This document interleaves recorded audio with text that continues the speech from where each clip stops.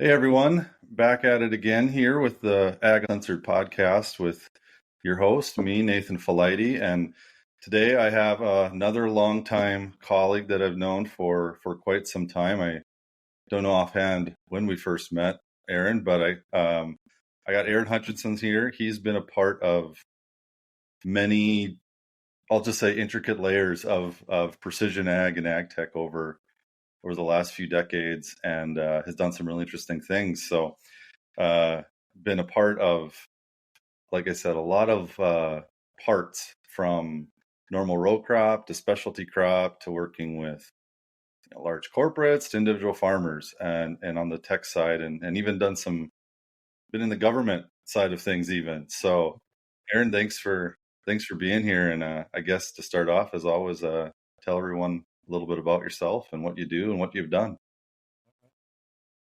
You've done pretty good job of that. You just said it. I've been everywhere. So I appreciate the opportunity to get on and chat with you guys. So I'm Aaron Hutchinson. I live in Tucson, Arizona. So we're out here really close to Green Valley with all the pecans and not that far down the road from Yuma. So people wonder why are you in Tucson? I did grow up in a produce and citrus family in Florida. My dad said, growing up at the right age, you can see a little bit of gray. Grew up at the right age that you don't want to be a farmer, you want to be something else. So went off and got some college degrees in computer and electrical engineering, and went and did my thing. For 12 years, I worked for Naval Air Warfare Center and got to play with some really, really expensive technology, which was awesome. And I think that was a really interesting and an important on-ramp for ag, because a lot of the technologies that we take advantage of kind of find their way from that military side onto this side of the fence. We had a company, we sold that one in 2005, did an earnout for 3 years, and January 2nd of 2009, surprise. Here we are starting what was Cogent 3D. And if you can remember way back when, because I think one of the reasons we touched base originally was I did Precision Earth in GIS Rome. Oh, yeah. And so what was important about those was Precision Earth was the first iPhone soil sampling app, and GIS Rome was the first field boundary app. And we wanted to load images behind it. So we were talking to your dad and some others, and we did pretty good with that. Ended up getting that into CPS, getting that into Ag Junction, getting that into map shots, just a fairly broad exposure for that technology. A lot of people asked us why we built that, and the backstory for that was we made some really, really impressive austere environment technologies for the military in one of my companies. And I went out, saw my dad. He was messing around with one of these iPacks. If you remember those things, the comp. Oh, and it's fine to forget them as well. And you used to plug them in half the time, it would lose its data, half the time it had its data. And here I am, was working with this stuff that people were traveling all over the world for. It didn't lose it because you're never going to go back and get that data again. Mm-hmm. And we were like, could we build something like that for ag? And so we did transition some of our own, GIS tools and all that into GIS Rome and Precision Earth. We kind of outgrew those. Everybody kept saying, wow, if you can do that, then boy, you should be able to do this and this and this. And so we grew through that into CropTrak, which was one of the very early farm management systems on an iPad. Mm-hmm. I think it's still kind of a little bit unique in the sense that even in that day, we used the iPad as the computer. The cloud was just the interconnect, the gateway for talking to each other, but the devices on the edge were actually doing all the heavy lifting. We did the opposite. We did the opposite. We're like, let's let the cloud handle it, and we kind of like did it too early because the cell networks weren't quite what you wanted, especially in the rural side of things. But you see, we're going back and forth, right? I mean, what's the cutting edge now is to make everything back on the edge, right? We consolidate, we go to the edge, we consolidate, we go to the edge. So having a full platform out there that ran disconnected from way back in the day. I always, it makes me smile when I think about we were using something that we now call the cloud that didn't have that name then. We were Yep. using ledgers, what you think about as blockchain today. We were, those were technologies from 2008, 2009. So for all of our cutting edge that we're doing a lot today, we're leveraging, a lot of the old technologies in just slightly different ways. Well, that brings up a good point, and remembering that, because when I was first talking to you, I remember you bringing up, ledgers and all that, and then with all the crypto side of things going wild, call it the last 10 years or so. Now it's like, oh wait, they were doing some of that stuff, and at the time I was like, what? I don't know. I can't even remember what my thought process was. It's just like, I don't know exactly what this is, but yeah, I mean, that type of stuff is, well, I'll ask you, it's always kind of been elusive since the whole term blockchain came out in the ledger system. And there's been a lot of proponents and a lot of maybe even negativity about it by how it's stored, because it can take a lot of data to store every single transaction. How is that? Where is that, you think, in ag? Is that needed, or is the way you were doing it different than, I guess, the way that most people are seeing it? Maybe that's a better question. I think there is a little bit of difference. So I think you can kind of think of them as steps. So we were storing every transaction. They were, you had a history of every change. There was never any deleting going on. Mm-hmm. I think the big difference between the older systems and the new systems was, in the older systems, the encoding and the encryption all kind of stayed in that same system. Mm-hmm. In the blockchain, the big difference was you sent that to, and this is always the hard part for everybody, the uninterested third party. And they were supposed to take that data and to put it in a chain and then give back the chain, right? And I have to say, when you start dealing with billions of dollars of anything, finding the uninterested third party is really, really an interesting challenge. And so I think that was kind of the first challenge for that. The other one is it's computationally expensive. Mm-hmm. Just storing the data was, as you said, was hard. And then saying, I'm going to take the data and I'm going to put them in little blocks that are less than a megabyte a piece. And I'm going to store them, and they're going to link chain together. And almost from day one of the challenges was all the tractor data, right? We get a gigabyte or plus of tractor data, and you start going, I'm going to break that into megabyte bytes, and I'm going to hook them together, and then I'm going to try to unencrypt each one of them when I go back to get the data. And it created all kinds of interesting, bends in the road as you kind of watch blockchain kind of evolve. And then there was blockchains with pointers, right, where the data wasn't really in the blockchain, but the pointer to the data was in the blockchain. And the idea being that you were going to have a real-time version, and then the blockchain itself was only going to be there as a standby unless you question something. Sure. So there's just been all of these kind of off takes, and that's created, I think, some complexity for everybody.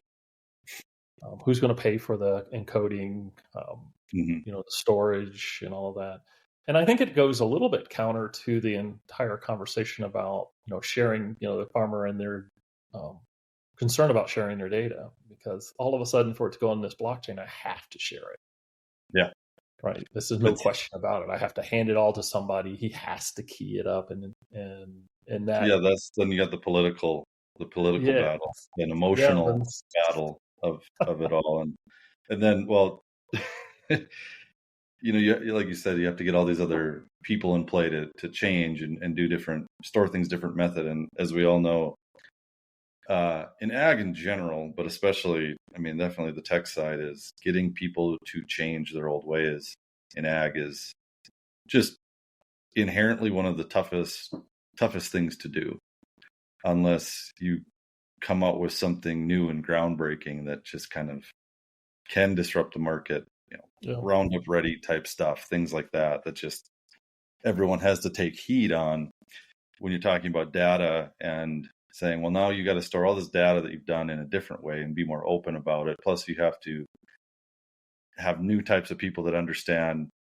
chains and ledgers and whatever. Well, I think there's also, I think we broad brush things too broad. And, the contracts probably should be blockchain, electronic ledgers, Yeah. from a contract perspective and things like that. I think it's all the support materials that make blockchains and ag really, really, because we got imagery running around, we got tractor data running around, we got weather running around, we got just a lot of voluminous data that just doesn't lend itself to being in little bitty chunks. Well, and it's big and is a lot to store as it sits. I mean, even, from my world on the imagery side is, we always would download it all, and then 100 other people are downloading it all, and it's like, why can't we just stream what we need as we need from the main source? And I mean, there's different reasons why you can and can't do that, especially depending on the type of analytics you want to do and how fast you want it to be. You get into all these just reasons why you don't want to do it that way, and you want to have the data under your own umbrella instead of under a master umbrella. And it's the same for all data anywhere. But it's interesting in ag. I think a lot of the reason you see infrastructures and architectures kind of going the direction they are is everybody wants to be that central repository. Yes.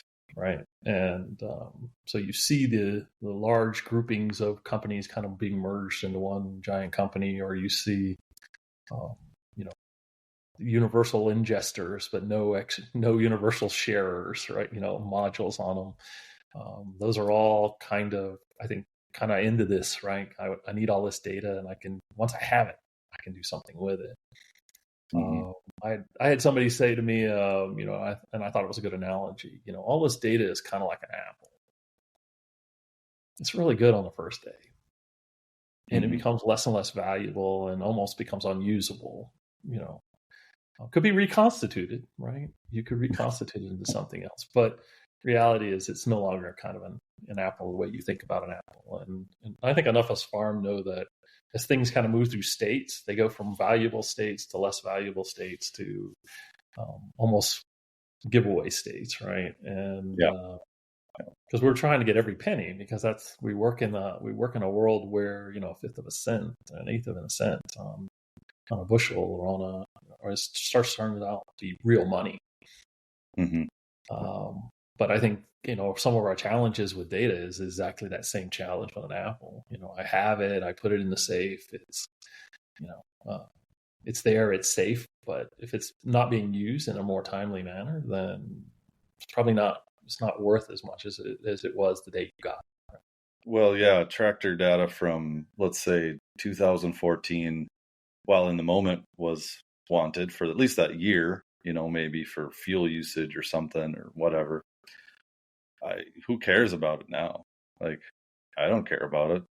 Usually by this time, if someone, whatever that machine was then, they've probably a high probability they've bought in something newer, and it's just unrelated. So it's like, you would think sharing something that out would also be like, who cares? Here you go. And it could help somebody, but then somebody's also got to disseminate it and understand what it means. And then it becomes, well, there's really not much worthwhile to this anyways. And these are some of the, conversations I've had with people that it's like, open the data up. Who cares? It's like older stuff. Of course, when I put the farmer cap on, you could still have the hesitations, because you're just like, you don't know what is going to be done with it for your own benefit. It's, from that aspect, is it like some sort of environmental group get a hold of it, and they're like, oh, you've done this, and now we're setting this baseline for how much you polluted this or what you did here, and you just never know. And it's easier just to ignore it. It's almost become than to do something with it, which shred it, right? You're shredding it. You're not really sharing it. You're shredding it. And I know having, one of the, for a CropTrak, we collected data in, like 70 countries. And, there's a challenge.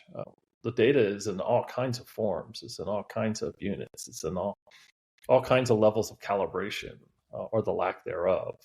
Some of it's super temporally offset. The guy went out and wrote on a notepad, and then he went over and typed it in at the end of the week. Some of it is almost real time. Some of it is no time, becomes statistical. You would not believe how much data in the world, especially when we start talking about, ESG and some of those things, is statistics. You can't get to the farmer. There's so many of them. They're so small. It's easier just to say, I think these guys, pick one and then say the rest of them are going to act like that guy, or statistically act like that guy. And I think that's really the challenge going forward, right? Is, I think people have heard me on the stage say, there's definitely kind of like two different groups inside of ag right now.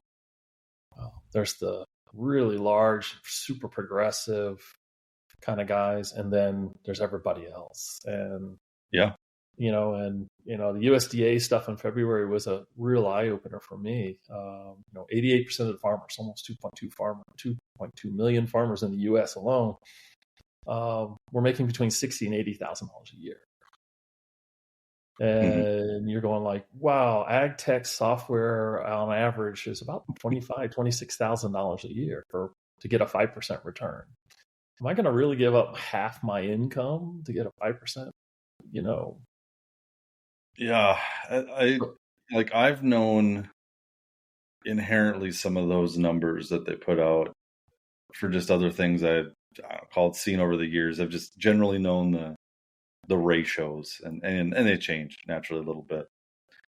But I remember some data I saw back even in 2008, 9, and we didn't do a formal calculation of it, but I mean, it was pretty much, the top end crop production, and then the newest numbers kind of came out. I mean, they're more or less the same, and don't quote me exactly on this, as I can't remember the numbers offhand, but it's, 20% of the total farms do 90% of the production, or maybe it's 80% of the production, 80-20 rule, whatever.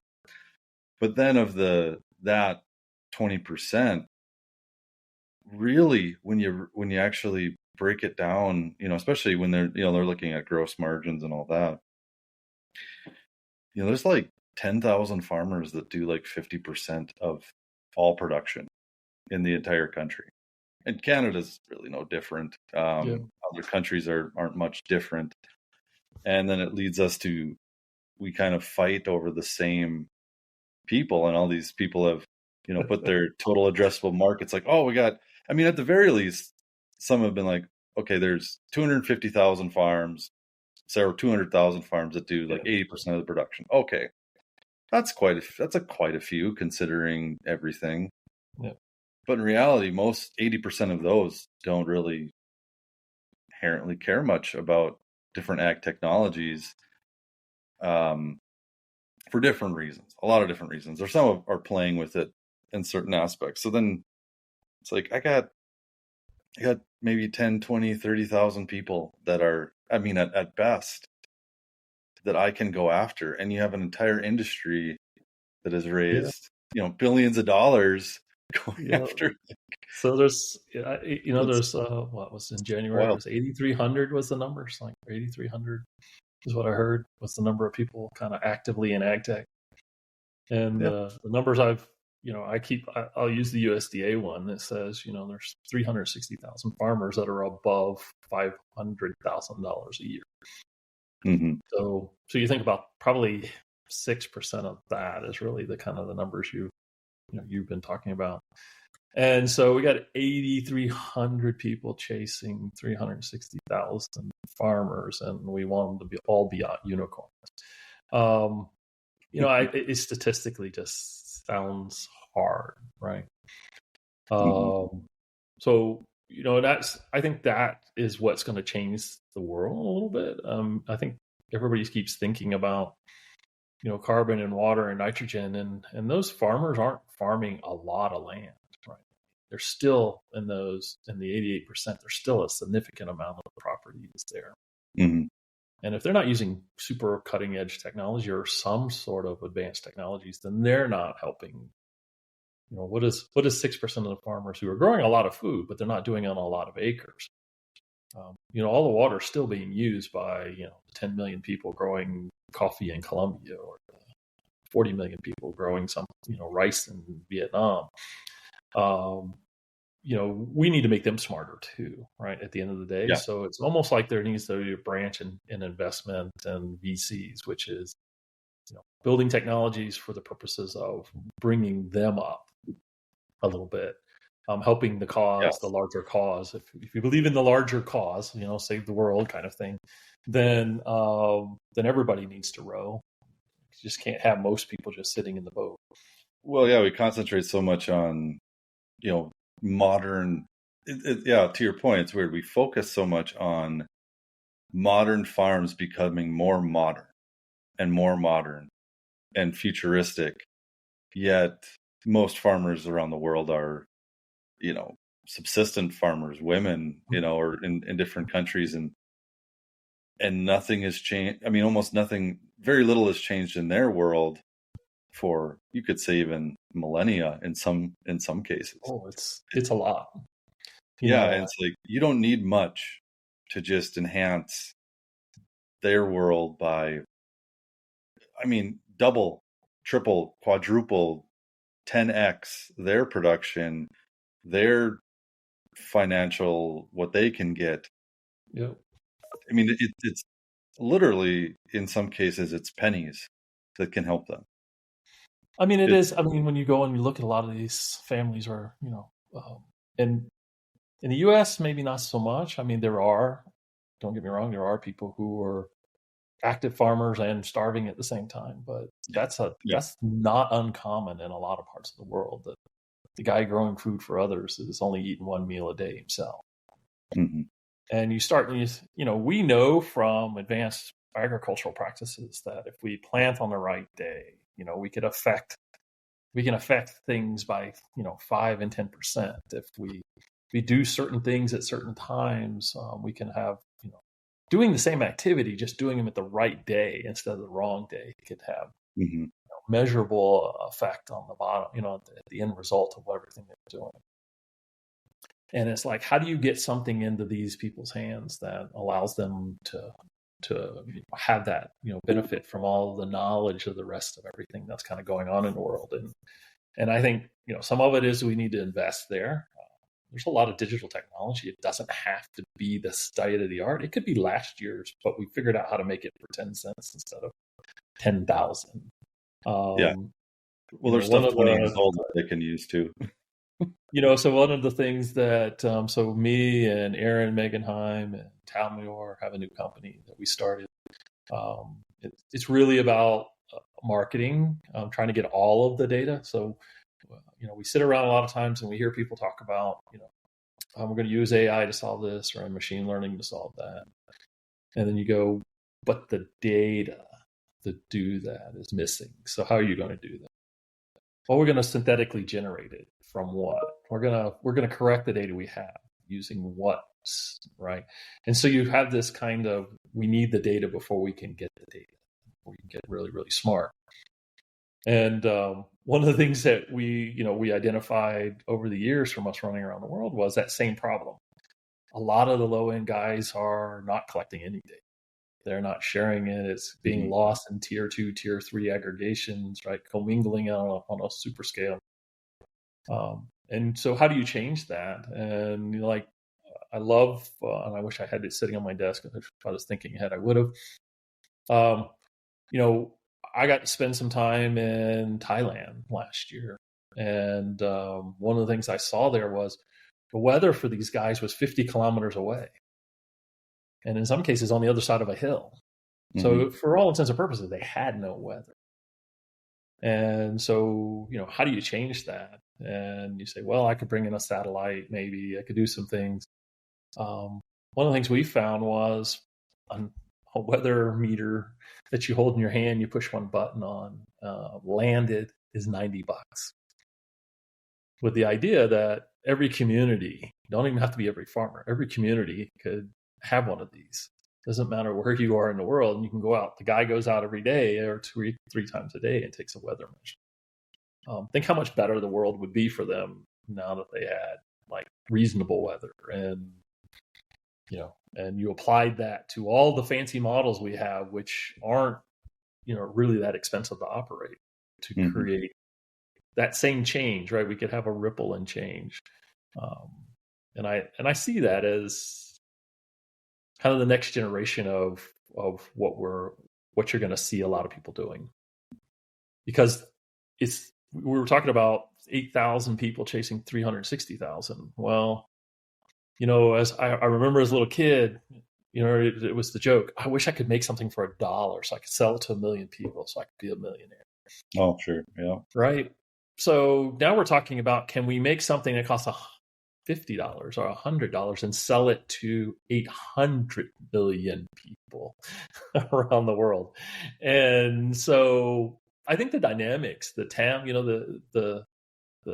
the next unicorn is probably not going to be the guy who sells it to the cutting edge farmer. It's probably going to be the guy who figures out something to sell to the masses that kind of helps the masses as a whole. India, in most of Southeast Asia, needs that technology leap, and I think in some ways they're going to leap us, or at least leap our bottom farmers. They've already done it in things like cell. I live in Tucson, Arizona. I can see the downtown towers from my house, and I have no bars in 5G. I sat in a plastic chair under a rubber tree plant in the middle of nowhere, as far, kind of out into the farming culture as you can get, Udon, Thailand, and I had 4 bars, and so did everybody else. They didn't have a computer. Some of them didn't have 24-hour power. But they had a cell phone, and they were banking and doing everything else. And so there's a vehicle for us to do things with them if there was something you could sell. Well, and that's one thing I think we as people in the U.S. or North America, what do you want to call it? We don't think of or see. WhatsApp is a great example.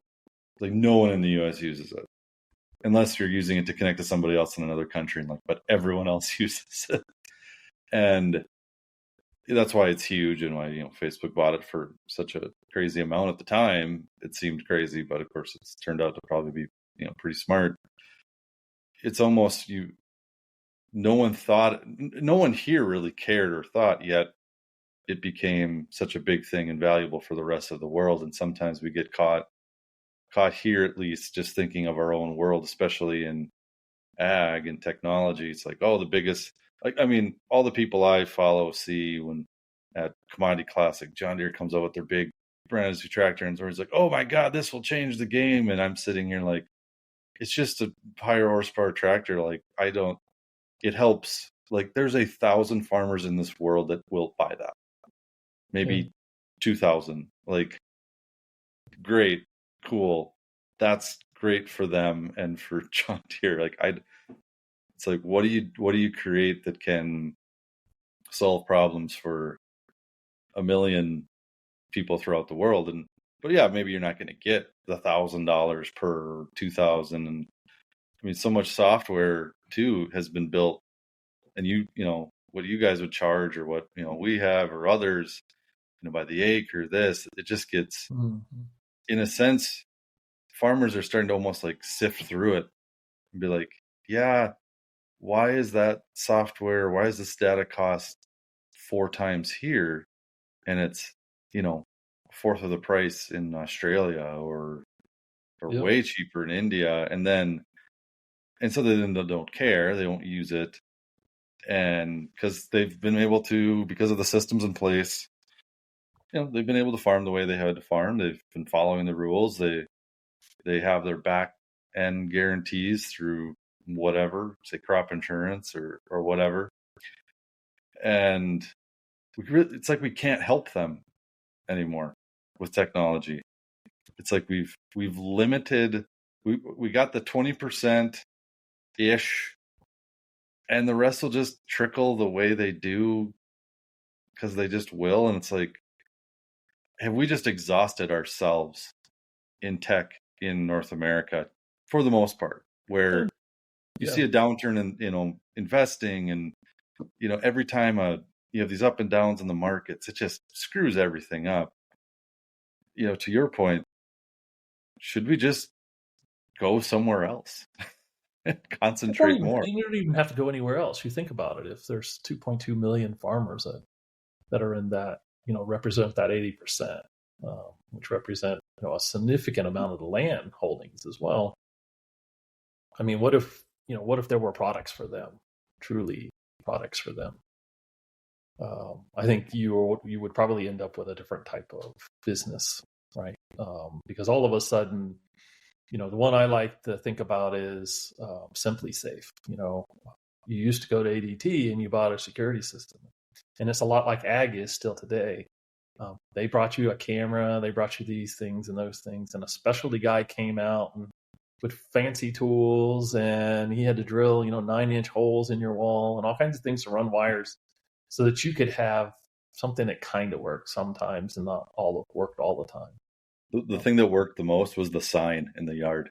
Yeah, but the idea was they went through a lot of pieces, right, from a lot of manufacturers, and it all just kind of worked.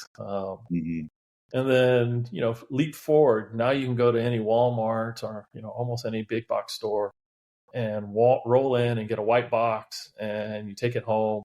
Take out your phone, scan a couple of things, hook it to the internet, drop it in the center of the house, drop some things on your windows, and you have a far superior, security system. But the reality is you paid, $300 to $500 for that far superior system because it was designed specifically to be kind of consumer installed and consumer maintained, and it was designed with that consumer in mind. Versus, you would have paid 10, 12, 15 in the old days trying to get ADT to install that thing that you didn't know if the alarm was real or not most of the time. So not picking on them, just we live in a world that everybody's pushing their own direction for their own cutting edge, and really we don't have any master integrators kind of pushing for these simpler products that in this kind of wavy world of innovation, we usually have, we push out and it gets super esoteric, and then they become low cost, and then they become broad, and then they push out, they become right. And in Ag, we don't see that. It's almost like the balloon keeps going, and we never get the low cost version of it. No, and when you look at, yeah, pretty much everything. It's just costs go up, and it's like, and I know a lot of farmers that just don't care. They don't care about the biggest, newest, greatest. They'll go to a farm show and be like, yeah, there's not a thing here I can buy. Yeah. And they don't, and some of it is tech things. But doesn't it sound like a problem? There's nothing here for me. You mean my life cannot be any better because there's, and the reality is it could be better, but he can't really afford to take that risk. So where's the, where's, we sell a lot of, the high end stuff, right? The Gucci stuff, but where's the, where's my Target and Walmart and I think until somebody a lot of people wake up to the idea that there's a big market within this market. I love the story. One of the investors for CropTrak, later investors, would talk about, the richest guy in Asia started off with selling what was hair color, right? Something that was in a couple of rupees. And, and after a while, he ended up with a market, and that market and brand allowed him to bring all these other products. It ultimately led to telephones and all of that. And you kind of look around and you go, where's that in ag technology? Who is that guy who has a whole bunch of, affordable, truly affordable kind of products? And I have to say, the guy, me and Aaron and Tal, we're running around seeing if we can find some. Our philosophy is that I think everything you could ever want for those 88% has already been made. It's in the world. What you need is a business model that allows you to deal with those guys. You need a vehicle for selling into those people.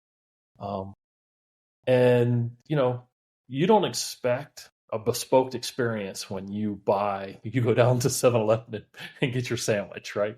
You don't get to choose what's on it. You don't get, but there was a trade-off, right? If I really wanted the most bespoke sandwich, then I would have paid a lot more for it. And I would have had a different expectation from it, right? Like, well, some of the weather sensors and things of that nature out there, or even some of the, GPS size, maybe. Some of that's gotten cheaper, and there's kind of some cheaper and auto steer systems, and there are cheaper weather station things, but not substantially. No, but for some, like if I could buy a box of 50 mini weather stations that just can connect, and they're just to track rain. That's it. Maybe temperature, I suppose. You could throw that in there. Soil moisture, maybe. And I could buy 50 of them for $1,000. Oh, it'd be great. I'd just stick them all over in the fields. And if 1 year, half of them get destroyed, it's like, that's the other side of it too. We look at normal consumerism. We throw away crap that doesn't work all the time, but it worked. It worked enough for the time we needed it. And then it's like, well, okay, there's that trade-off you talked about is, yes, I could buy the one $5,000 station. It's going to last me 20 years. It's going to be great. But damn it, it's a bear to support and service and maintain. Yeah. It's big. If something happens, it costs more to insure, whatever. It's just more. And here's a different thought on that. It's 1 point. Yes, that's the other so thing. AI doesn't want 1 point. AI wants millions of points. It wants the diversity of it. So in a weird sort of way, having 50 is better than having 1, because the statistical value of that's better than having 1. And no matter how accurate that guy is, right? If we're and it's kind of strange if you think about it. That's true in soil moisture. That's true in almost all of the things. I think one of the granulated, and we're not getting granulated enough data. Right. Exactly. Like, everything wants a lot more data, and we're not giving it to it. We're giving it less, right? We're giving 1 per city and 1 per farm, no matter how big the farm is, and instead of 1 per field, or and so I think one of the things that was kind of cool at the early regenerative ag periods, as we were kind of moving from organic to regenerative, that was kind of the introduction of robots, right? So we start thinking about all the robotics type stuff. And working with one of the big carrot growers, it was interesting. The conversation was, not that long ago, we're thinking about 1 field, 1 application. Then we started thinking about soil zones or yield zones, and we were doing applications. And the outcome of that conversation wasn't, could we get from 1 to 7 to 12? It was, could we get from 1 to 7 to 1.5 million? And the idea was every plant, because of the way the tractors take pictures and have GPS and all that, every plant became its own field, because it was sitting in its own soil. It was doing its own thing at its own slope, right? It had its own sun. And so that's 1.5 million per acre. And you start thinking about, now we're statistically have enough data to do some crazy things that have really not been possible. And we don't have really the technologies. So think how many soil moisture probes you needed to throw into that world. Think about how many other types of things you should have brought to that fun fest of a lot of data, so that we could see if we could find things that were happening. You don't really read a lot of papers about that. I've kind of after that, we started doing that work. I started watching for white papers and going like, wow, the university guys should be all about this. I would think the progressive farmer should be all about this. And because I was working in a company where we handled data, and knowing that there was going to be not a 5x or 10x improved in volume of data, but we were going to move 1,000,000x more data needed to be stored and processed and handled required you to start thinking about the problem in a drastically different way, because most of our technology, the way we think about storing and accessing and aggregating, isn't ready for that problem. Finding a trend in it's interesting. Making an analysis on every one of those bushes where you could track back every change, that's something else, right? And well, it reminds me too. Even these things are clearly hard to do, and sometimes there's a want too. Is like let's granulate the data as high as we can. Drone, great example of, hey, we're gonna look at, we can count each plant and things like that, and to me it's like, okay, great. And then I would see people and like, oh, we'll create a variable rate map from a drone image. I'm like, okay, so you're gonna how are you gonna variable rate all these different tiny little changes? And I mean, honestly, the application equipment, it's impossible to do it. Heck, some of the files that were loaded in would break the computer in the sprayer anyways. And but we have that problem too, is we can, in some ways we could granulate the data to that point, but can we apply a change to that point? Because like with the UAV side, it was, yeah, great data and all that, but when what you're using in the field has a max capability of spraying, say, 30 feet in different sections, you don't need data. You don't really need data that's better than that, because, and even if you do, can you understand the nature of why those things changed in that small a footprint? And that takes more data and more granulated data. To your point, a camera on everything. It's like, do we? I can see that in a greenhouse. We're already going on an individual, right? We have mechanical mowers now that analyze every plant. We now spray and fertilize and weed on an individual plant with some of the more advanced specialty crop tools. I would say probably we're not running around looking at every piece of corn and trying to make a decision. Well, yeah, we are doing that too. It's like, we are doing that in specialty crops where the value for the return is a lot higher, right? For making size and quality and dimension. Those things are paying.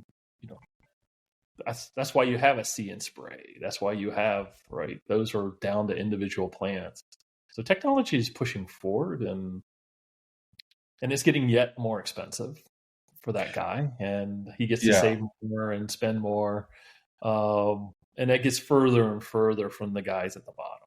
I know I keep coming back to the guys at the bottom because that's, having worked all the way through giant global food companies and trying to collect data and having to work with what we call small farmers and then smallholder farmers and that are even smaller than that.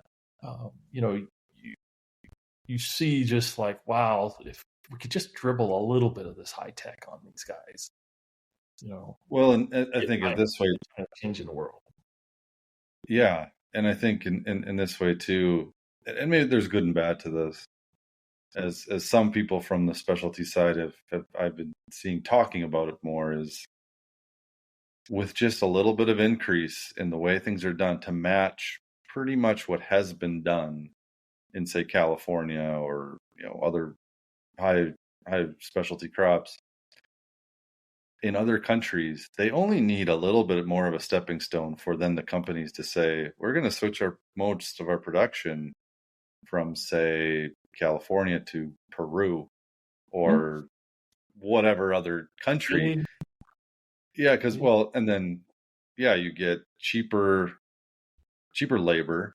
So then it's like, I can bypass the whole intensity of the robotics side, but I can give each person maybe a sensor that is doing it, and I can maybe get a higher quality actually return if I just give them the right tool instead of the $1 million robot. But then you end up in this balance. Now you spend more carbon moving it around. Now right. I mean, it's, if you're trying to optimize for everything, you can win on the dollar front and lose on the carbon front. You can win on this front and lose on that front. I think there's always going to be trade-offs. But I I guess think, those if consumers care. but if people could feed themselves a little bit better, right? That would be a kind of a big step forward. And I know I sound very ethereal. I guess it's, get gray hair and you start thinking about, Well, and big I think do costs. people, we care, maybe in the US more, we're starting to care more about what we eat, how things are grown, XYZ. And hence why some of the technologies and newer things are coming out the way they are and whatnot. Of course, there's a pretty big population that doesn't really care. I could probably eat better myself. There's no doubt there. But then the other countries, that to the points earlier, that have more of the smallholder farms, and people grow more food, but yet they're still hungry. Like you're saying earlier, do they even care? They just want more of it for that they can afford. Does it matter to them the carbon footprint? Does it matter to them the full nutritious value? Like in the previous a podcast a few ago, talking with Carter, it was, we want more nutrition out of the same amount. We do. Right. In other countries, they just want more. They want, like, he put it in 3 steps. I think the first step was we just needed to grow food that didn't kill us, or and the second was we need to do that, but then increase that amount everywhere, just production of it. And Yeah. now we need to do that and just make it more healthy for us from what we develop further. Yeah. Well, in other countries, they're still at we just don't want the food to kill us Right. point still. Yeah. And so they haven't even gotten to we We'd just love to. want food I think it to would be have it. important that these guys can eat 2 meals, right? So they're not starving to death while feeding everybody else. And and communities change. Mhm. If everybody's a little bit better, the community's a little bit. Well, and to your point, maybe, like you said with the cell networks, and I've heard this from others too, is, they don't need to go through step 2. They could just leapfrog over Skipped. with a little bit of technology, is just leapfrog to we can go from it, food potentially killing us, to, it not, and be nutritional for us at the same time. It's easier for them because they don't have to deal with all the infrastructure, crazy political battles, and consumerism, I guess, But they capitalist. still do, right? Because a lot of the smallholder guys that are growing spices and growing coffee and all of that get the same EU, US kind of requirements of using less nitrogen and things. It's still, we've made it a little bit harder for them, and in some parts of Africa, we as bigger countries push really hard for them not to be GMO countries, and Mhm. it's like, one of the things that I saw when I got the privilege of spending some time in Africa was, there was a debate going on then about yellow rice. And so yellow rice is the GMO rice that allows you Mhm. to niacins for your eyes, right? So something like 50,000 people at the time, every year, was losing their sight for the lack of niacin in their diet. Yeah. And so we could bring in the yellow rice and help that, but there was an entire political thing going on at the same time in parallel, which says no GMO. So Yeah. we're worried about 10 or 20 years in the future, which we should be concerned about. Don't get me wrong. You should always think about the long-term cause and effects. But at the full extent of people losing their sight, right? It was a known versus an unknown. And Yeah. how do we have to come to a balance, right? We can't, we can't have that. One of the things that was said to me a long time ago was, you get to be choosy about your food when your stomach is full or your mouth is full. True. And when you don't, you got to be less choosy about it, right? It can't be a happy, perfectly round apple or cherry or perfectly red strawberry. It's food, and you need to eat it. Yeah. And I think for a little bit, I think that's part of the challenge when we sometimes take technologies and things into these parts of the world, is we're optimizing for what we think the optimum is. Yeah. And And the reality is their optimum, as we've been sitting here talking, their optimum is something else. And so, Well, I think that can even relate even to more modern practices in ag and farmers. Is we can talk about with technology in any realm. I'll just think of the average corn farmer or whatever.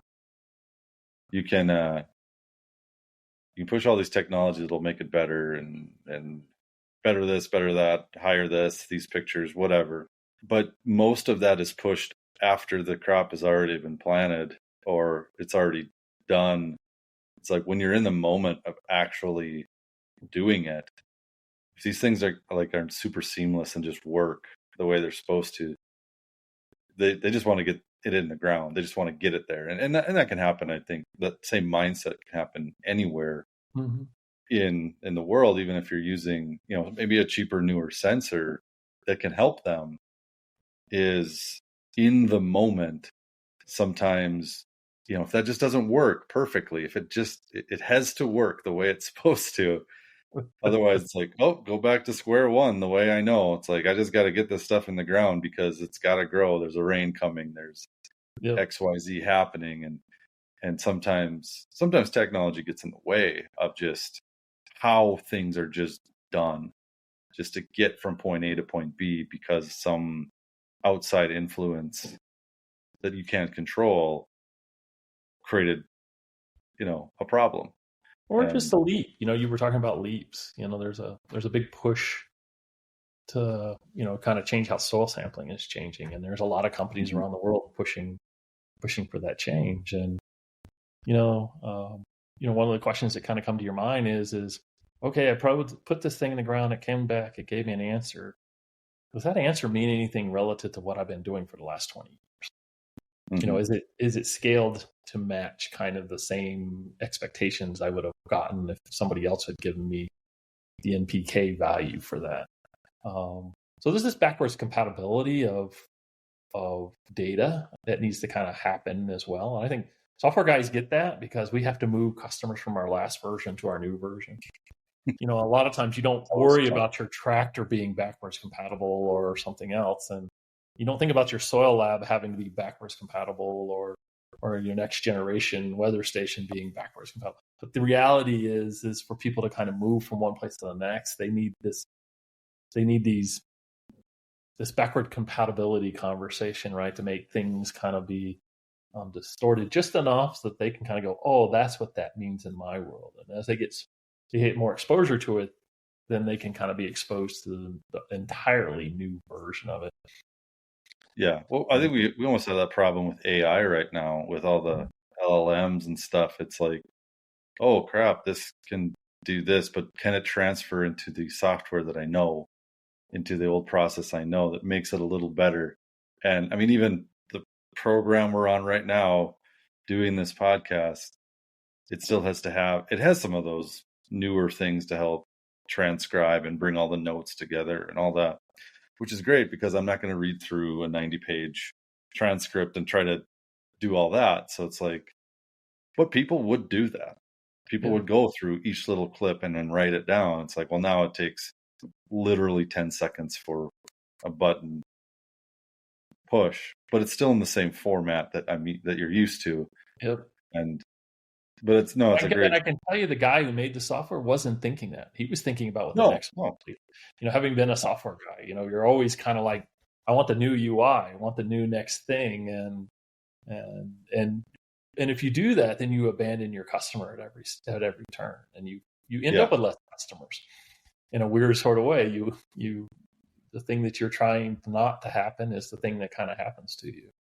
And I think our AgTech is that same way. We have some of this kind of going on.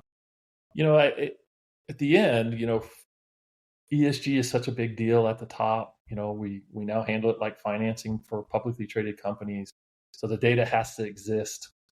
We now are trying to run AI to make better prescriptions. So the data has to exist. I mean, and every one of these roll-ups all make an assumption that we know data, we have confidence in the data, and we have, right? And kind of like you were alluding to, Well, I'm not sure I've played with one LLM or machine learning tool, and there is a difference between chat and MLs and all these things. Mm-hmm. But all of them say you need to be smart enough to know when I'm wrong. True. So, right. And so from that perspective, we have to be able to put it back into something that people can understand if it's right or wrong.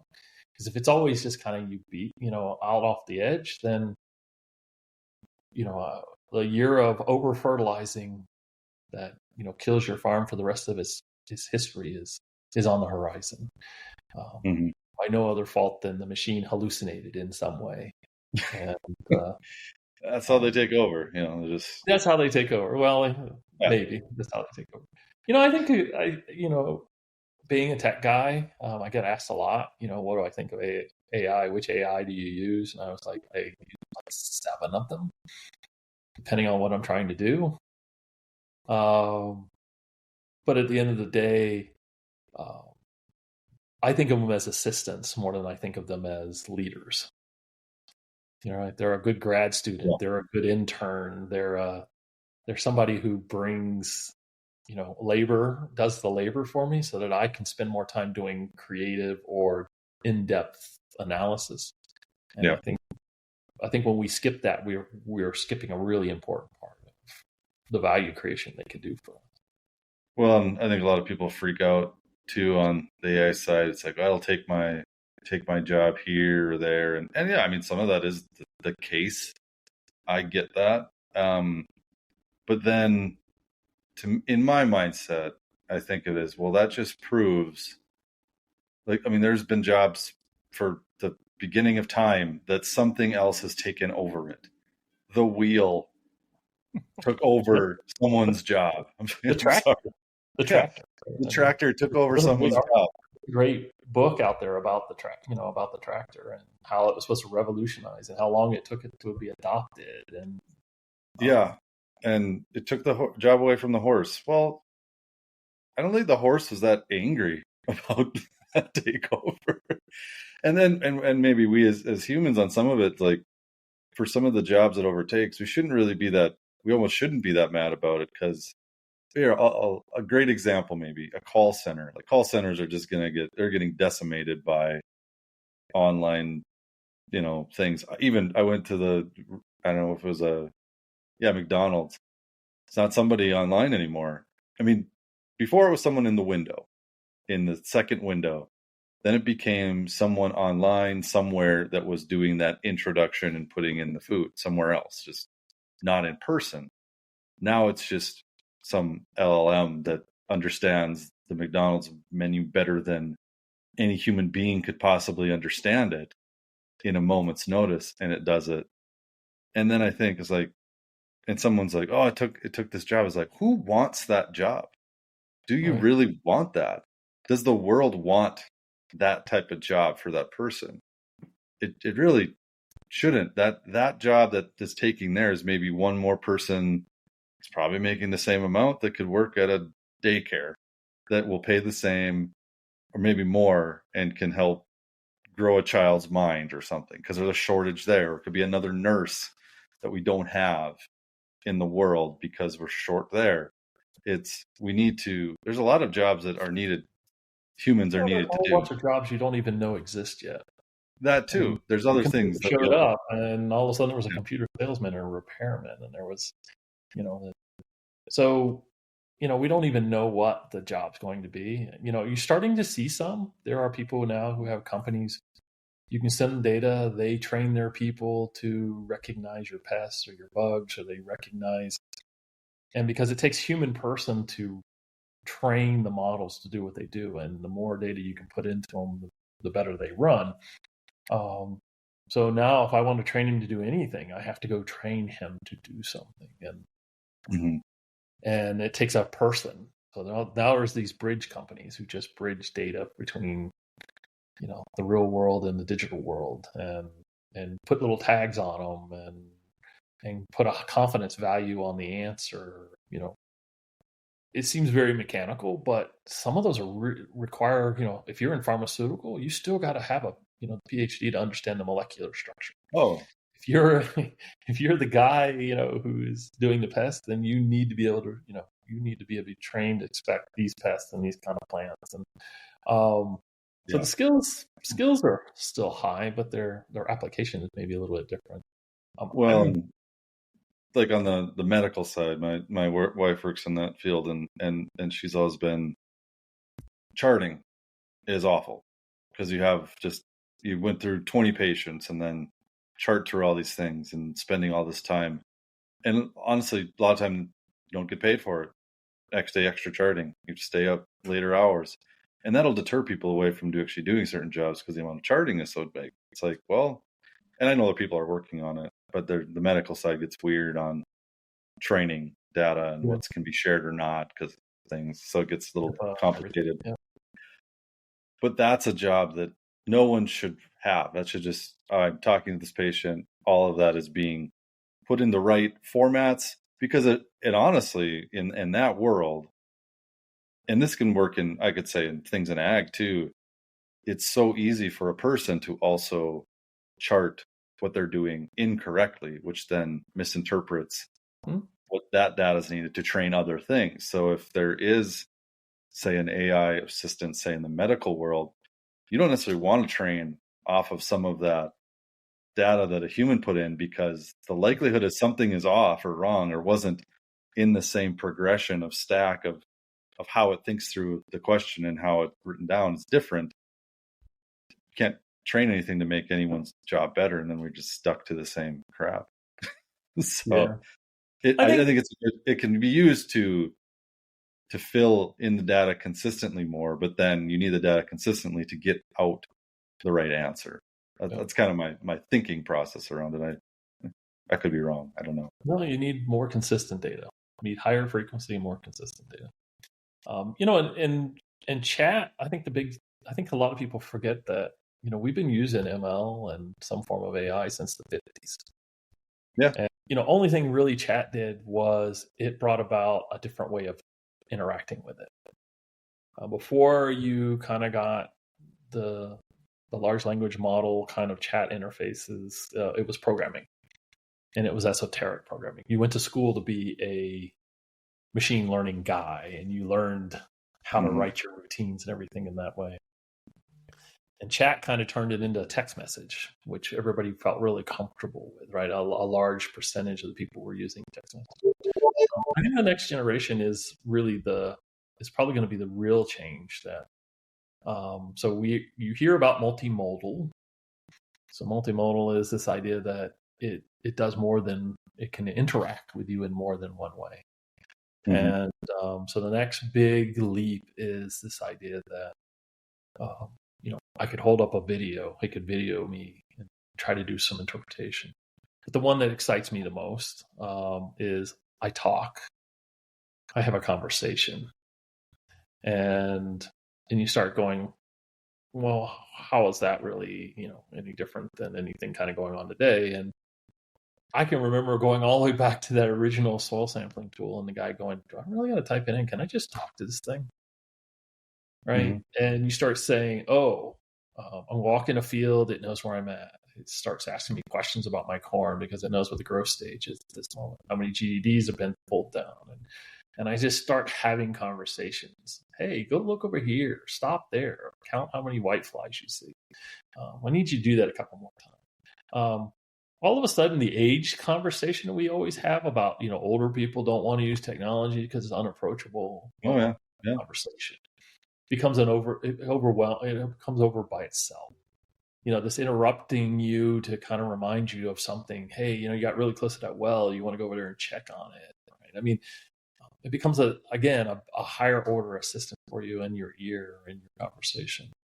I think that's really kind of what we should expect next from our tools. A lot more it talking, and I think I agree. After that, that's probably the more scary part. Is AIs talking to AIs, and today you have a single thread and a single thought. And the reality is, your brain works is working in multi-threads, and just this conversation. I'm watching you. I'm listening to you. I'm Yeah. interpreting, right? Is a multi-threaded event, and we're not that far. We're one or two turns from AIs calling AIs to have them do thinking for them. So there's an AI who's the reaction, the interface, and there's a lot of little sub AIs who are off running around, pulling out what's the weather right now, which way is the wind blowing, what's the statistical significance of this or that or something else. That's what they are. It's probability engines. They're not really thinking. They're probability. The probability of that result kind of being there, and I think that's going to change just a drastic amount of things, especially with the human interactive portion of what we do. Well, I've been slowly kind of talking that way, in regards to software that like we've developed. Our kind of world is, one of the biggest challenges has always been is just someone using the damn software just to use it, fill in the right things, even with some of the things you can do in the cab, in the tractor, calibrating a yield monitor for no one does it. Very few actually do it. And if you could, there's some, probably maybe some physical ways, things you got to do, or maybe not, is just say, calibrate, you say to the machine, just calibrate this. And it just does it. I don't have to type in this. I don't have to match this. Or to the software say, can you add this field on this GPS? And it just kind of does it. It adds it. Or take the most recent image of this field that's clean without clouds, and can you show it to me? And analyze it as something that makes sense, or whatever. We need to, maybe that's how you actually get the other 80% in ag that are just kind of been like, I get the power of software, what it can do in this data. It's just too cumbersome to use. And a lot of it's super cumbersome. If I could just ask my phone, can you download me the most popular app for my crops here and there that I can track this record and that? Well, I think models, right? You start thinking about, how do I get the most popular crop consultants models? Apply so-and-so's model. I really like that guy. My regional guy, the local guy. I think we're going to see some real modular changes in software. I don't think you're going to see one group make everything. No. And atomicizing of things is going to bring a lot more opportunities. And so we still need to have that interface that allows us to kind of not be, as we kind of today, the reason large operations are successful with all of the cutting edge tech is because they have IT teams, they have integration people. They can afford to have 3 different guys typing some of the same information in 3 different tools at different points. But as a small operator, you can't overcome that. So this idea of more integrated solutions is going to be necessary at the end of the day, for success of adoption, for kind of acceleration. We keep talking in ag that the adoption rate is really slow, and that's because it's a financial risk. It's a seasonal risk, right? Unlike a lot of businesses, when I make a mistake, I can't go out of business. But in ag, I could go out of business by making a mistake, by choosing something wrong. But I think that these things in smaller bites, because we want people to take things on in big bites, and smaller bites is going to make them a lot more palatable to people. If I risk $250 and it doesn't work, okay, not a big deal. If I risk $25,000 and it doesn't work, that's starting to be a big deal. I risk $250,000 and it doesn't work, that's even worse. And and I see this, and I have a lot of friends that are work in other spaces, health insurance and some others, and we're in a generation where some of the tools have gotten so big that they're failing, right? To successfully onboard a big 5 accounting firms piece of software, it's failed. 3 years, millions and millions of dollars, and it's failed. And you step back and you go, it's because it took so long to get on board. By the time they got it on board, it was already obsolete, or the thing it was supposed to improve. which meant you needed to do these things in micro chunks, little bits and pieces, instead of trying to take on the entire universe in one big bite. Well, that's a problem within the ag retail space. I know right now is, and I've talked to, I mean, just one general story is a new group that's going to switch their entire software over to another one that was better and newer and had all these other, you could do all the same stuff and more. And basically they they were for it, but there was one problem. It was that onboarding side. And they're like, well, how long would it take to onboard and transition this? It's like, it would cost, and they did like an internal analysis how much it would cost. It would take 3 years and the same cost to buy the new software just for us internally to train and get everyone on board and switch things. And it was like, okay, then are those extra things, are they really needed? Are they going to enhance us enough where it mitigates that change? And the quick answer was no, it won't. They're like nice to haves. It's just a little faster. It's a little better looking. And it's not good enough. And but that's because I run into that a lot, I think. Long time to integrate, right? So you're starting to see this idea that the change in technology is so fast that the integration of a new version has to be less than that cycle. Yeah. It can't be longer than that cycle. So the days of old of just taking 2 years to do something is kind of come and gone. If you're going to stay on the cutting edge, if you're going to go and do, I did a lot of upgrading of companies who had 30 and 40-year-old AS400s. Think about that. That's kind of like it hung around. And if you're going to hang around for a long time, then you can invoke a long time to install because you know it's going to be around for a long time. Well, it's like the triad of nuclear weapons in the U.S. It's like there's some silos in North Dakota here, and like you can't hack them because the technology on them, they could never update it in the way they want it to because of the protocols. And it's almost better for the country now that it's the way it is. Yeah.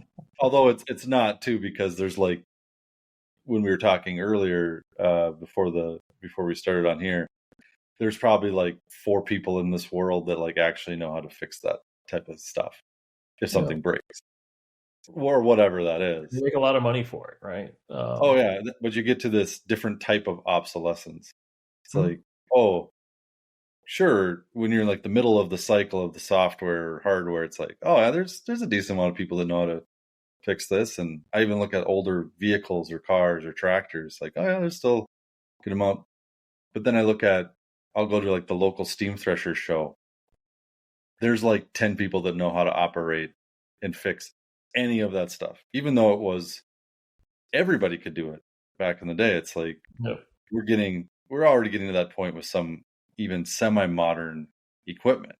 And even in the precision ag world, certain older monitors and software, there's only certain people that know how some of these even work.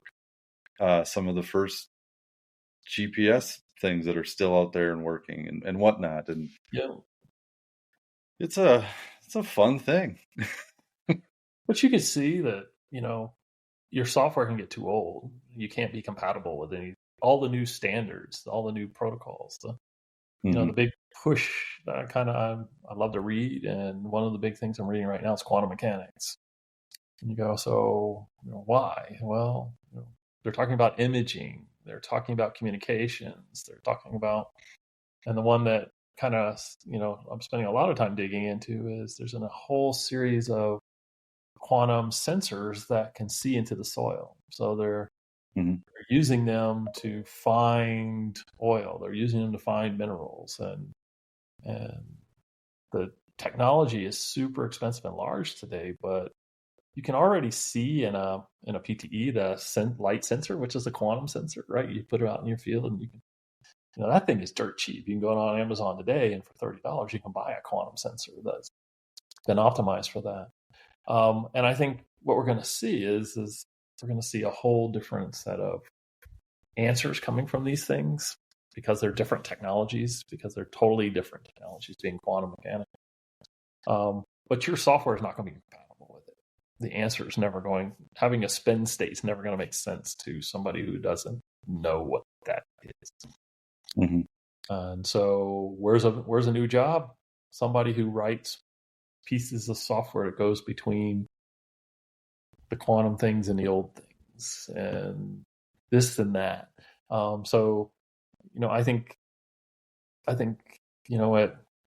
where you were at with AGI and with some of the others, I think there's going to be a lot more of those, because if I can build a soil sensor for $25 that does nitrogen, saline, does a bunch of different things, and I'm probably not going to follow a standard. I'm probably just going to make it because it's so cheap. Well, that's one thing that I've also been, I think about here and there, and I want certain standards to work because there's a need to a point, but to your point, standards can just stalemate things and get in the way, and they can't progress. It's already hard enough right now as we sit to try to come up with any kind of standard thing in ag for something that comes off a piece of hardware.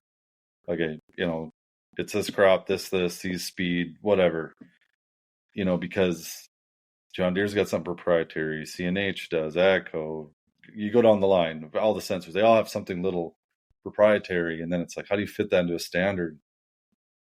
It's like you maybe have an area in the standard that says temperature, but how one OEM detects temperature and versus the other one is also not necessarily exactly the same in how it's done. And it's like, is there a need to get that fine leveled in a standard? And when you actually look at the politics of it too, it's like almost impossible because you can't get all these large groups to come to agree to anything anyways. But also time's moving fast, right? I mean, so now there are acoustic and vibration sensors for wear and bearings, and where do you stick that in there, right? And so creativity needs to always have a place to be able to be bolted on. And but I think the person who ends up with the largest volume typically sets the standards, and that's rightly or wrongly so. Yes, that is one of the other. And we may not see who that person is yet, right? The guy that makes the $25 soil moisture sensor who sells to 800 million people probably going to set the standard. More so than the guy who makes the perfect one that costs $25,000. Well, you could look at Amazon as they clearly went after the mass market of 1-2 day shipping, and they do the most of it. Well, they're setting a standard of what people expect for on their cost of shipping, which is 0. Yes. And it's had to change everything's mindset on that, even though someone still has to pay for it. In the minds of people, they see it as, well, if it's not free shipping, then I'm not going to deal with it. Unless it's something really large, it's like inherently like, oh, I kind of get that. Or something really heavy, like, oh yeah, I get that. But if it's something fairly small and packageable, you can't charge for it because someone big enough did it enough times to standardize the thought process that it should be free. Or the business model change, right? I think of it as less about being big and more about he changed the business model. And when a piece of AgTech is mailed to you, you scan a barcode, you stick it in the ground, it breaks, they mail you another one, and you pull the old one out and put it in a box of mail. That's not how we normally think about. We usually roll a truck, and we usually, right? So business models are going to change, I think, as you kind of get this broader thing. I think we're in bespoke portion of ag right at the moment. Everybody has to have a custom install. I'm not sure in any of the software that I ever really that I have. Well, the first soil sampling was one, everybody got the same thing. But from that point on, for the next probably 11 years, everybody had to have it their own way. And we're back to the settlement conversation. Is it a really cheap sandwich that you have no opportunity to change, or is it a really just your way kind of sandwich, but you're going to pay 12x for it, right? Well, and that's where some of the, I mean, I just getting to more of the, call it, U.S. modern ag. Ag retailers, a lot of them have said, we want our own software because, we're different, we're special, we're in this region. Then they found out, well, that's way too expensive and we don't know how to build software, although some are still trying to kind of do it. And even like for farmers is, there's a lot of software built off corn, soybeans, and that's like it. You throw a few other crops in there, sure. But then there's other crops that you can't even put the name in the drop down because they just like, well, who cares?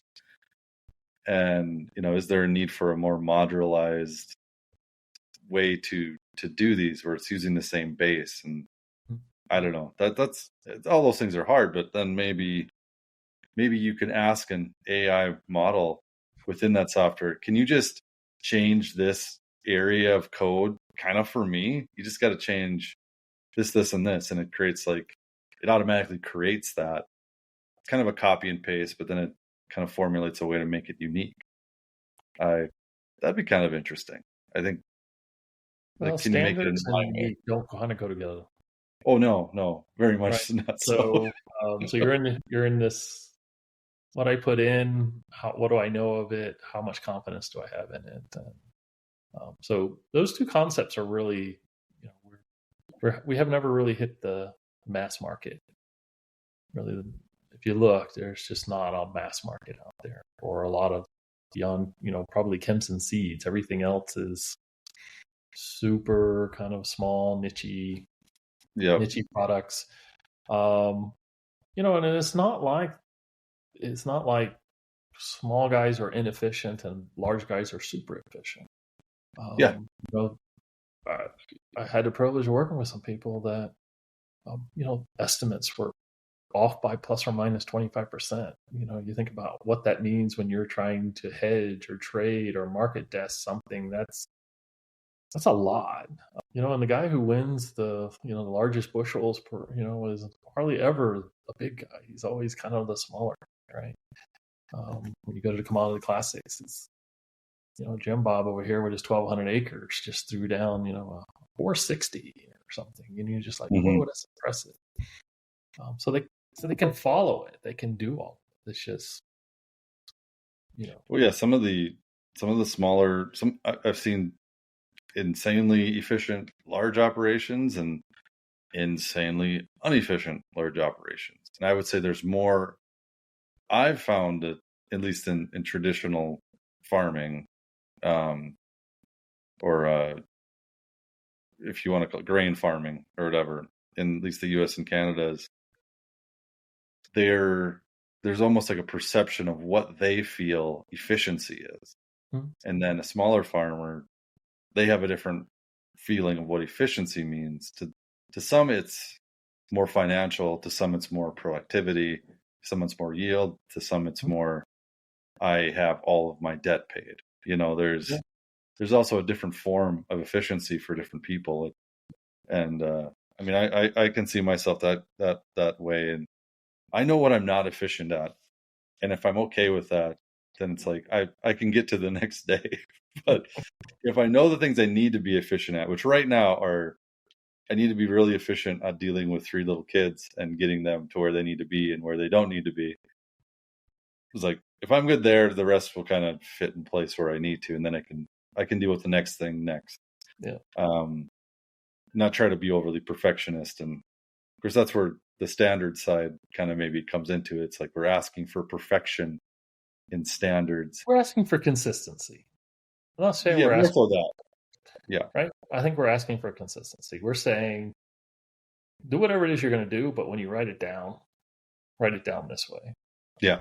And I think that's different. And the other one is, science had to standardize on something. And so they chose a language instead of 400 languages. And yes. And, we standardized trading on oil, on a currency. Not that we couldn't standardize on all the currency, but so I think there is something about, everybody at least getting it to a common understanding point, so that it can actually be kind of taken advantage of by others. It's almost like it's not, you haven't done all your work until it could be used by somebody else. Well, at least while the U.S. and like two other countries just stick to imperial systems, it's like, whatever. At least we've stuck to it. Sure. Does us as Americans, you do get we it to understand? you get it to Do we the edge, understand that metric is good? Yes, but yeah. But some of these are not that easy. No. So a lot of the university models are dry weights, and almost everything we put on a farm is wet. So it's just, I think there's these disconnects that are in kind of those places that make it a little bit harder, make sharing a little bit harder, make integrating them together, comparing an analysis. I did everything in EC, you did everything in soil sampling. It's just those two. How do I get those two to kind of match up? Well, and I think that's been part of the perception, even call it the last 10-ish years of a lot of influx of money in. There was this thought process, at least by investors, that these things will mesh and merge the way that it's done in other industries, kind of, and things will increase in this way. And then you break it down, and you're like, oh crap, that doesn't work that way. Damn. But you only have to go and do a little bit of history. I think history is a good tell. Yeah. And we go and look at medical. Why is there an electronic record? That wasn't because it just kind of happened. It was a bunch of people got together and said, this has to happen. Yeah. And you can see that in a couple of different industries where standards were kind of done because it was holding up progress. Mm-hmm. Right? People were building specific toys for just one of the verticals, but the two other players were missing it. And they were missing something else that they were being built over there. And they all wanted accesses to each other's toys because it made them even more competitive. And so they come to some standards and said, let's do this. And well, asbestos used to be the standard to keep away things for lighting on fire, and someone noticed the change, and then we've made it a standard not for that to happen. So but it's not always for the best. Yeah, so we're kind of running toward the end here. Aaron, any kind of last thoughts or words just on the maybe the generalities of where you think technology is going, or maybe where it should go, or maybe just how people in ag use technology? I don't know. You wing it as wherever you want. I think there's been a lot of interesting conversations about the evolution of organic to regenerative to some of these other things. Funny is we don't talk about secular that much. And some of the most interesting things that I've had a chance here lately to kind of get exposed to have been people doing some really interesting things with what you would think of as waste products, bringing full circularity to kind of the agriculture part. One of them I like to pick out is like Thaiway. They're in Thailand. They grow cassava. They make tapioca is one of powder and some other things. So if you drink your Starbucks, you're drinking some of their stuff, right? And one of the things that's interesting there is the soil amendments are byproducts. The plastic that wraps their products is a byproduct. The water is cycled back through, so there's this idea that more and more of everything that's being used kind of comes full circle. You need less raw products to create certain things. So the skins are used for this, the milk is used for that, it's the starches, right? Certain parts of the starches are not necessary, so those become plastics. These things become when I go to grow my next crop, I start by putting something back that I took away previously. I think in the larger story, I think those are more interesting because there's some really interesting creative things that are going on to kind of deal with that. And it kind of parallels this idea of food waste, right? So we talk about wasting 30%. Well, we waste 30% at the field. We waste a lot more at the table, at the refrigerator. And if those became part of the recycle, the same way we're dealing with the recycles, I think, it would be, there's an interesting kind of change in the mindsets of agriculture if we thought about our inputs, our outputs would actually have value in ways that we haven't historically thought about them. And we're seeing those in some really far away places, but it would be interesting if we saw them in our own backyards, right? And I would think what would be just insanely cool, which maybe we'll get there. Maybe this is like a Jetsons future thing, is you still throw everything in the garbage, but then somehow it separates all the things automatically into something else. But it maybe puts it in like an end container that then we can like sell back to someone who's like, oh, this container has, maybe it's this big, but it's this raw ingredient that then can be sent back and someone can reuse it, and it breaks down. Maybe it melts everything together, then it separates everything into I don't know. A little far thinking, but I think the circular economy thing is probably a lot larger leap than we might think it is. Because then all of a sudden nitrogens and the waters and all of those things have longer plays. And I think the longer they are in use, the less impactful they are, like individually impactful. Sure. And we get to divide them by more acres, by more uses, by more, and they become smaller and smaller components of a larger story. So that's kind of how I see ag kind of leaping forward. That's probably the next iteration of kind of what I would expect. Well, I think some of those things are needed to solve some of those other problems, like we've been taking too much from the land, too much from this source, this raw source. It's like, it's all there, or we need to reduce our expectations of what we actually need. Like there's been the talk, we need to feed the world. Well, when 40% of what we feed gets wasted, we don't necessarily need to grow more. We need to grow the same or even less more correctly and put it in the right way. And so with that said, it's I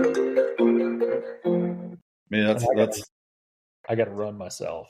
That's him. But yeah, just to finish that thought, it's like, we have to get to that point. So, but anyways, we got our next things we got to do. But Aaron, thanks for being on here and spending the time, and always good talking to you. It's always great chatting with you. Yeah, and thanks for being on my Ag Uncensored podcast here. And I'm sure people will like it. They'll break it down as much as they want, and hopefully it'll create some good conversations and whatnot. That's the goal. So that is the goal. Yeah. Thank you, sir. Appreciate it. Thank you for your time. Thanks, Aaron. All the best. Bye-bye.